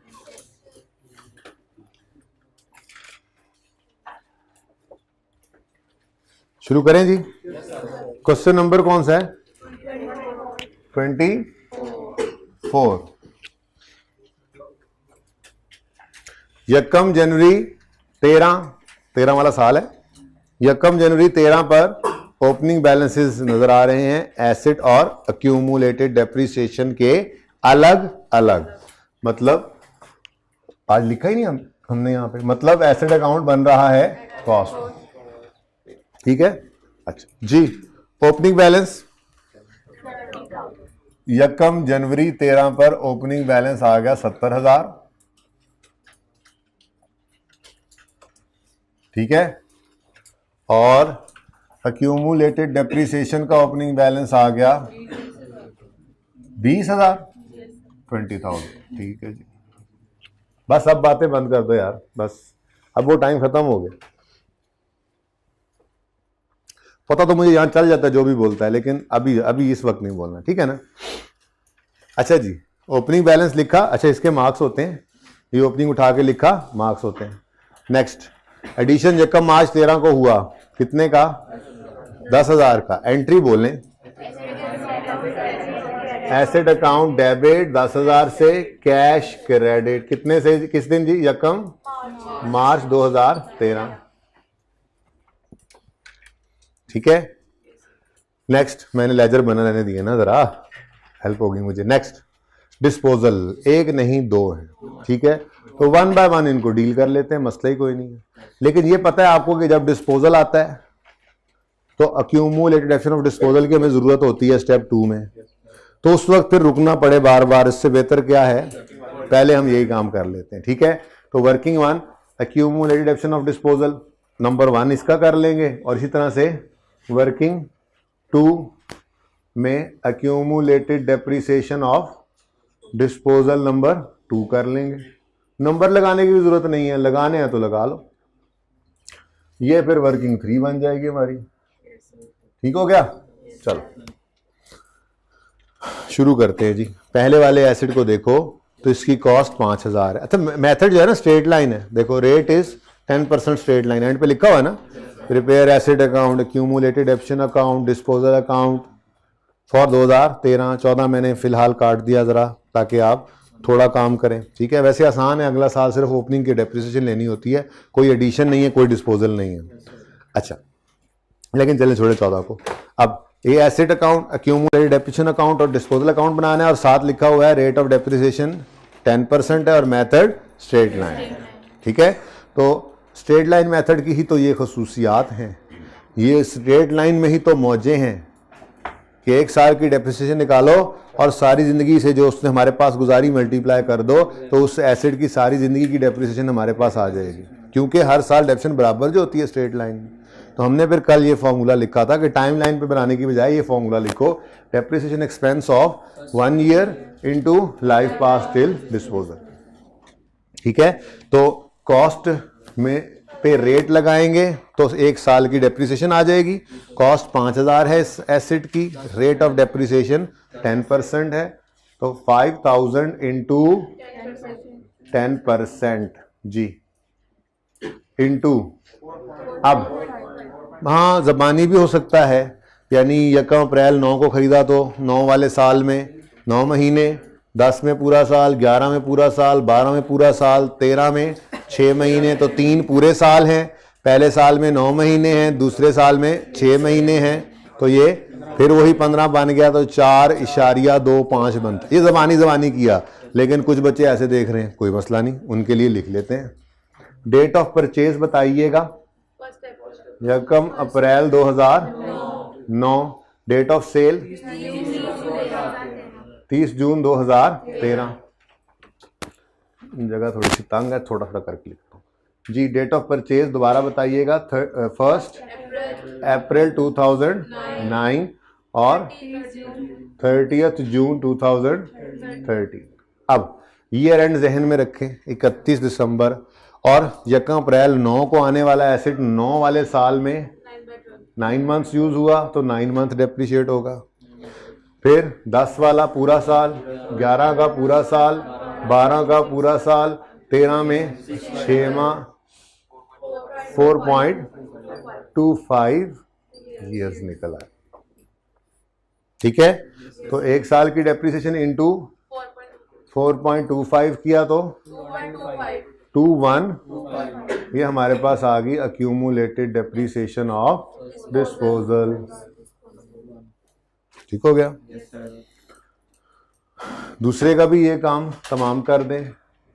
पर्चे में हम थोड़े ही अंग्रेजियां लिखते रहते हैं, पर्चे में अंग्रेजियां नहीं लिखते, पर्चे में तो बस डायरेक्ट ये काम करेंगे। ये फॉर्मूला डायरेक्ट जो लिखा है ना ये, और ये लाइफ डायरेक्ट लिखेंगे, ये अंग्रेजी ऊपर लिख के नहीं अगले स्टेप में करना, इतना टाइम नहीं। तो ये तो आपको याद करवाने के लिए लिखवाया गया, ठीक है।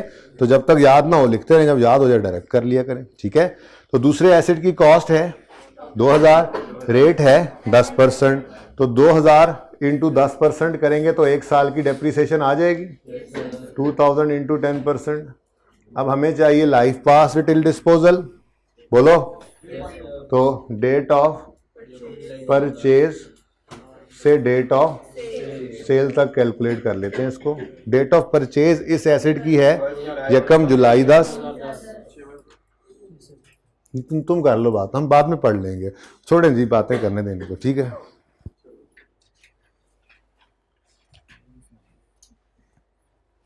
रमजान भी है, अब 1 महीना, अब मुझे भी खुद को, अब बोलोगे, डरा लिया मैंने जी। यकम जुलाई 10,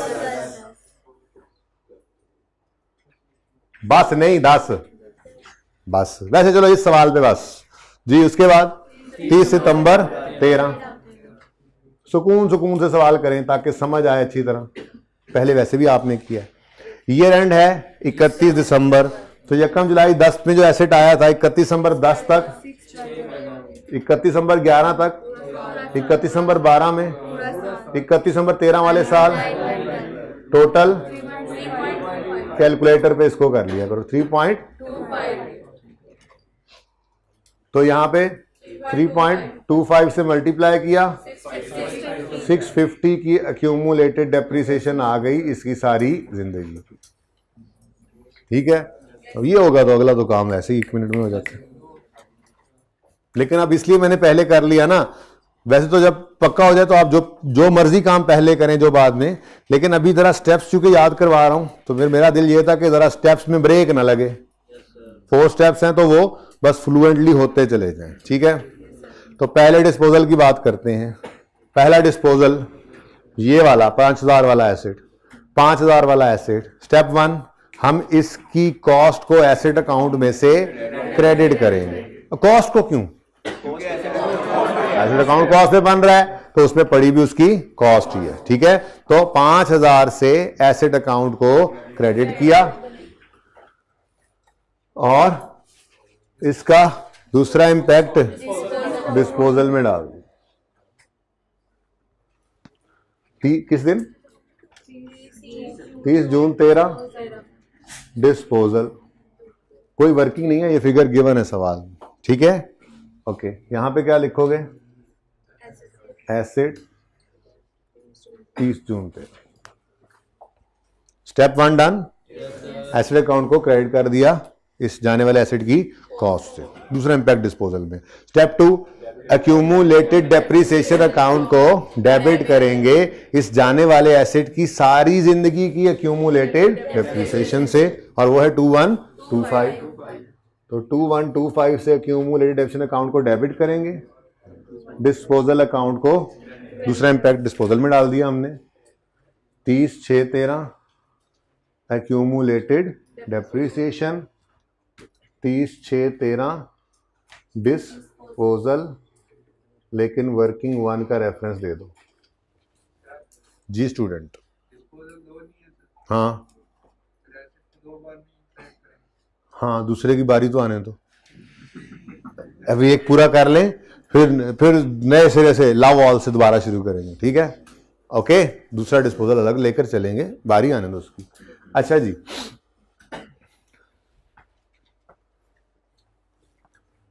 भाई समझ आ रही है?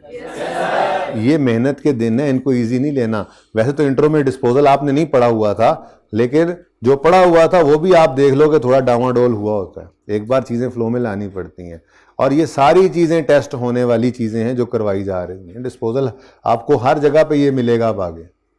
स्ट्रेट लाइन पे स्ट्रेस इसलिए दे रहा हूं कि मेथड का फर्क थोड़ा सा होता है। असल चीज तो यही है, डिस्पोजल की जर्नल एंट्री या स्टेप्स क्या होते हैं, अकाउंट्स कैसे बनते हैं। बाकी तो जब मेथड और डेफिनेशन बदले तो थोड़ा बहुत हर जगह चेंज आता है, इन चीजों के अंदर चेंज नहीं आता। इसलिए आज मैंने इस पर खूब जोर लगाया है। आप लोगों ने भी घर पे जाके एक सवाल होमवर्क में दिया, एक इसको दोबारा कर लेना। ठीक है, ये लाजमी कीजिएगा। फिर कल रिड्यूसिंग बैलेंस मेथड शुरू करेंगे। ठीक है, स्टेप 2, एक्यूमुलेटेड अकाउंट को डेबिट किया इस एसेट की सारी जिंदगी की एक्यूमुलेटेड डेप्रिसिएशन से, दूसरा इंपैक्ट डिस्पोजल में डाल दिया।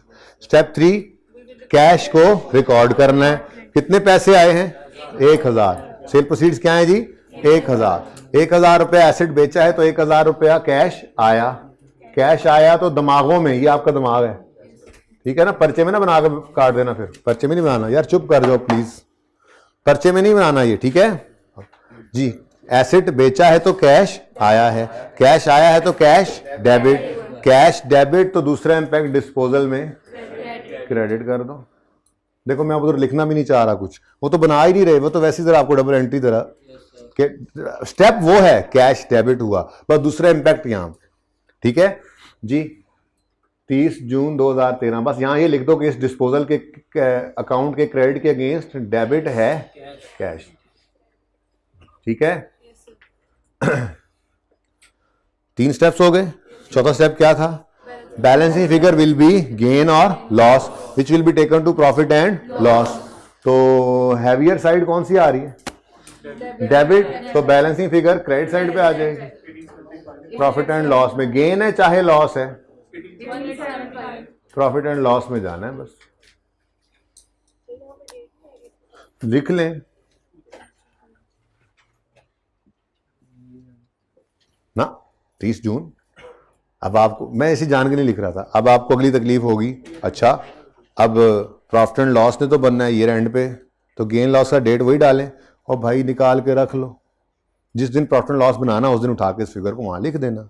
मसला क्या है? ये पेटी इशू होता है, कोई इतनी बड़ी बात नहीं है। ठीक है, ओके।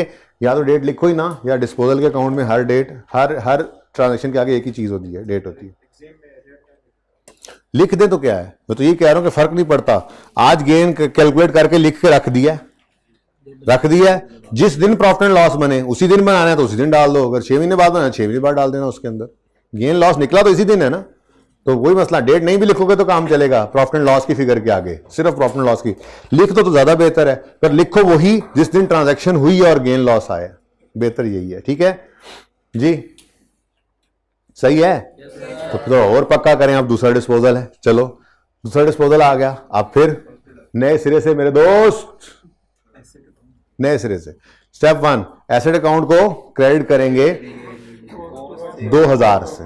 2000 इस एसेट की, इस मरहूम की कॉस्ट है, तो एसेट अकाउंट क्रेडिट हो गया। डिस्पोजल अकाउंट नया बनाना पड़ेगा अलग से। ठीक है, अलग से नया बनाना पड़ेगा।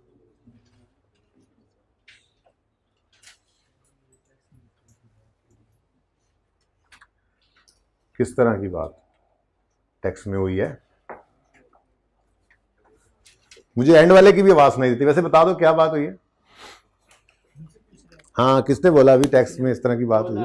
एक्चुअली हुआ ऐसे कि मैंने टैक्स कलेक्शन में ऐसे अच्छा, मैं कहा शायद कोई कॉन्सेप्चुअल बात है, तो मैंने कहा उसको लिंक करना है तो कर देते हैं जी। अच्छा जी, इररेलेवेंट बात थी जी, छोड़े। स्टेप 1, एसेट अकाउंट को क्रेडिट किया जाने वाले एसेट की कॉस्ट से। दूसरा इंपैक्ट डिस्पोजल में।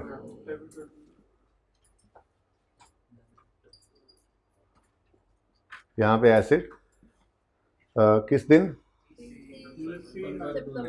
30/9/15 सॉरी 30/9/13। यार बातें मत करो, बस बहुत हो गई।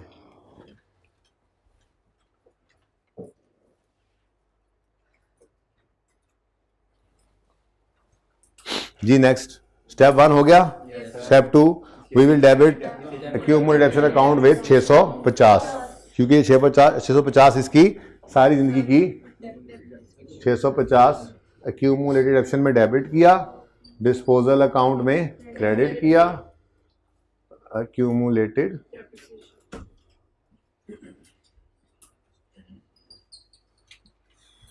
और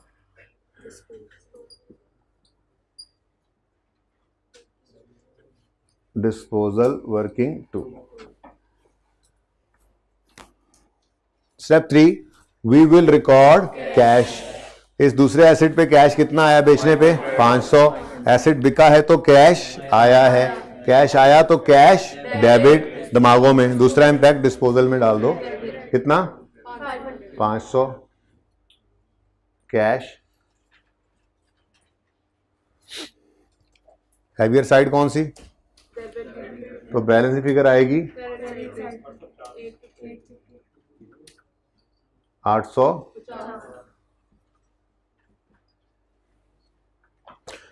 लेजर से मैंने कहा था कल पढ़ना सिखाऊंगा, लेकिन जबानी आपको 1 मिनट में पता लग जाएगा। बुक वैल्यू निकाल के सेल प्रोसीड से उसको कंपेयर करके देख लें।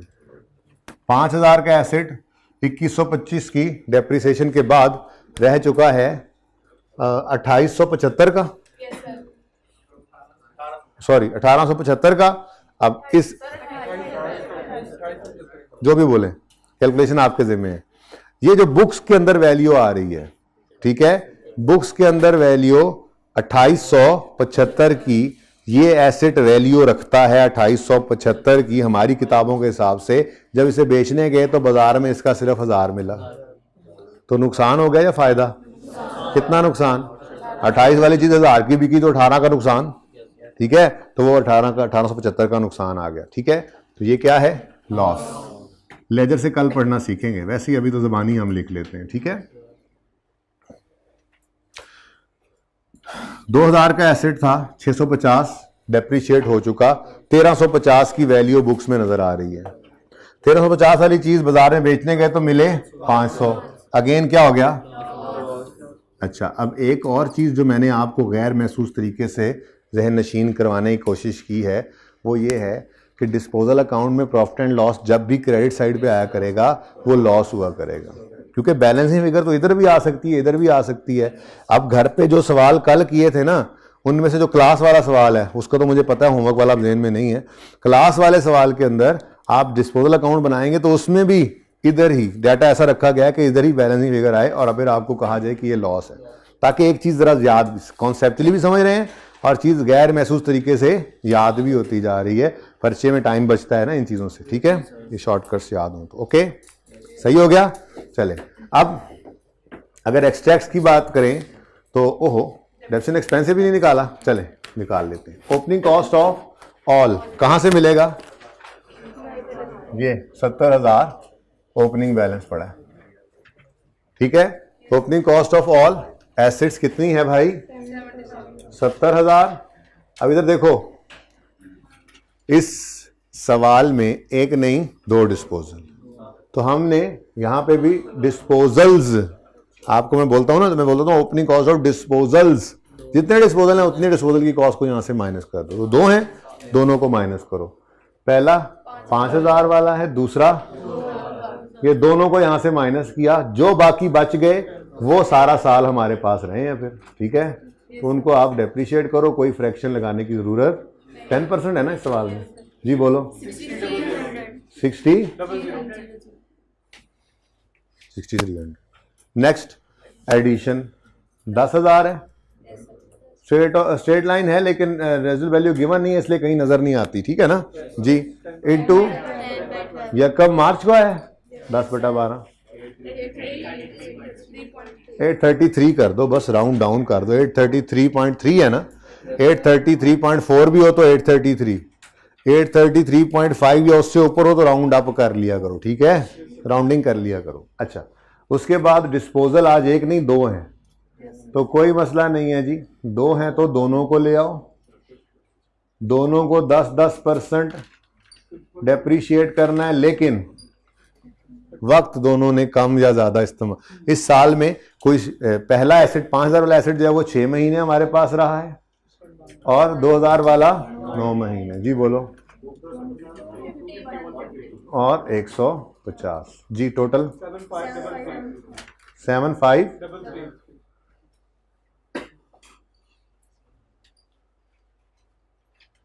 ठीक है। अच्छा, अब 31 दिसंबर 13 हमारा ईयर एंड है।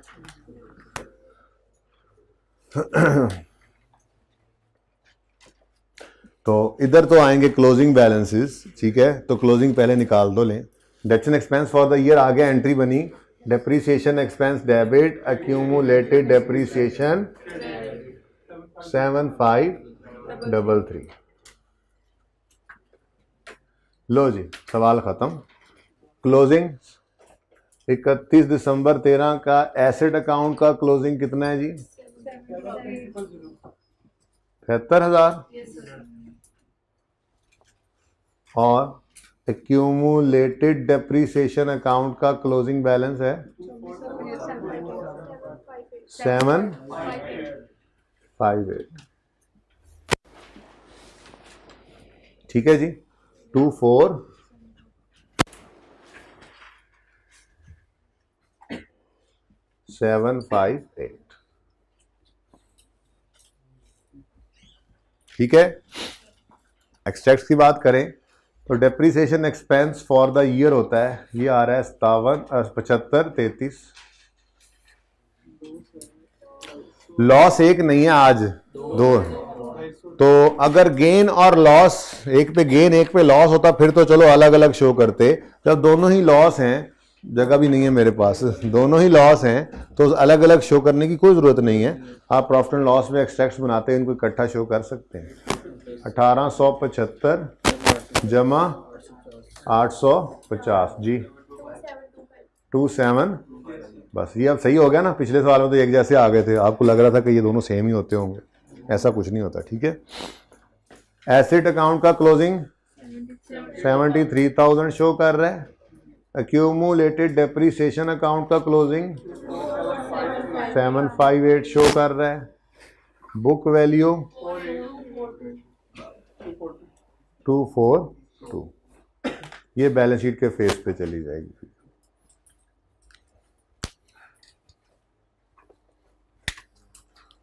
हाँ जी, कुछ कंफर्टेबल हुए डिस्पोजल में? स्ट्रेट लाइन का डिस्पोजल अगर आप अभी अगर कल टेस्ट ले लूं कर सकते हो?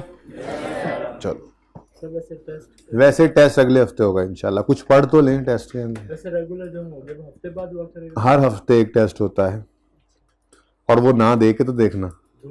हाँ, वो फिर एक बार ट्राई करके देख लो। मैं तो कहता हूँ मैं रमज़ान में भी खड़ा रखूंगा। मैं बस ज़रा डिस्काउंट लगा होता है रमज़ान में, वैसे 1.5 घंटा खड़ा रखता हूँ ना, डिस्काउंट लगा के रमज़ान में वो 40-45 मिनट खड़ा करता हूँ। खड़ा ज़रूर करूँगा ये टेस्ट ना देने वालों को, इसलिए प्लीज़ टेस्ट दीजिएगा। और ये नहीं कि छुट्टी कर लें अगले दिन। छुट्टी करने वाला तो वैसे ही अगली बार की तैयारी कर लेना, फिर अगली बार पढ़ लेगा। फिर उसको बताऊंगा फिर मैं अभी। अच्छा जी, ओ होमवर्क के अंदर क्वेश्चन 35 है, एक ही सवाल है।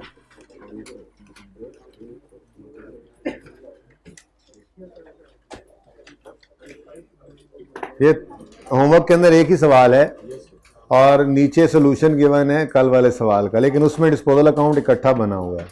आप अलग अलग करके बनाए होंगे अगर आपने, या घर जाके अलग अलग बनाएंगे तो नेट में जो गेन लॉस होगा वो सेम ही होगा। आपने अलग अलग ही बना लेना है। एक तो आपने जो कल वाला सवाल था, भाई चुप कर जाएं, चुप शाह। जो कल वाला सवाल है इसमें डिस्पोजल अकाउंट रहता था, वो भी बना लीजिएगा। और आज वाले सवाल 35 को कीजिएगा, और जो दूसरा सवाल अभी किया है दोबारा कर लीजिएगा। इसकी खूब प्रैक्टिस कर लीजिएगा। वैसे तो मैंने 2 सवाल 3 डाले हुए थे छोटे छोटे रिड्यूसिंग बैलेंस के, लेकिन अब वो कल पे ही हैं, तो कल उनको स्टार्ट करेंगे। फिर सिंपल लेजर बनाएंगे, और चूंकि इतनी चीज़ें सिंपल होनी है कि शायद डिस्पोजल भी जाते जाते हम उसका करने के काबिल हों।